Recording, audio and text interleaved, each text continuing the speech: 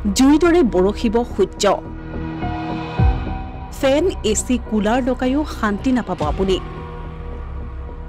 আগন্তুক 9 দিনত আৰু গৰম পৰিব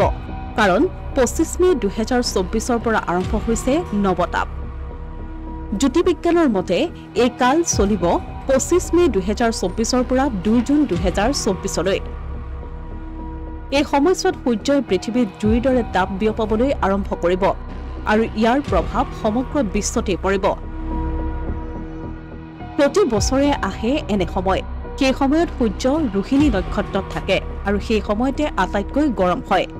আজি ৰোহিণী নক্ষত্ৰত প্ৰৱেশ কৰিছে সূৰ্যই সূৰ্য 15 দিন ৰোহিণী নক্ষত্ৰত থাকিব আৰু মৃগশিৰা নক্ষত্ৰত ৰাশি পৰিৱৰ্তন কৰিব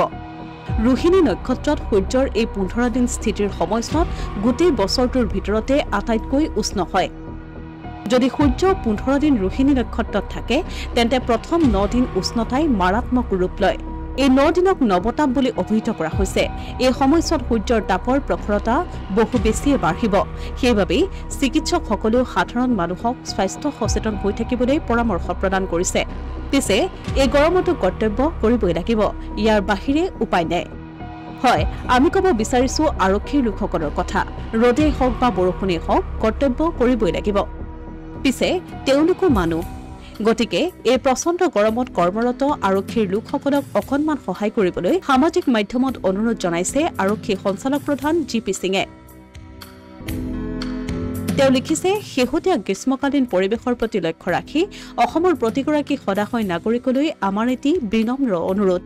এই প্ৰচণ্ড গৰমৰ সময়ত আপোনাৰ ঘৰ কাৰ্যালয় বাণিজ্যিক প্ৰতিষ্ঠান আদিৰ সমীপত কৰ্তব্যৰত আৰক্ষীৰ লোকসকলক অনুগ্ৰহ কৰি পিয়াহৰ পানীটুপি যোগান ধৰক আমি আমাৰ আৰক্ষীৰ লোকসকলকো নিজাববীয়াকৈ খোৱাপানীৰ বটল লগত ৰাখিবলৈ জনাইছো প্ৰয়োজন সাপেক্ষে এই খোৱাপানীৰ বটলসমূহ আপোনালোকে পুনৰ ভৰ্তি কৰি দিয়াৰ ব্যৱস্থা কৰিলে আমি বাধিত হ'ম আৰক্ষীৰ লোকসকলৰ প্ৰতি আগবঢ়োৱা মানৱীয় সহযোগিতাৰ বাবে অসম আৰক্ষী আপোনাসবৰ ওচৰত চিৰকৃতজ্ঞ হৈ ৰ'ব হয় তেওঁলোকৰো কষ্ট হয় প্ৰচণ্ড ৰ'দত ৰাইজৰ বাবে তেওঁলোকে সহ্য কৰে কষ্ট গতিকে তেওঁলোকৰ প্ৰতি আমিও দায়বদ্ধ হোৱা উচিত নহয়নে অসমীয়া প্ৰতিদিন ডিজিটেল ডেস্ক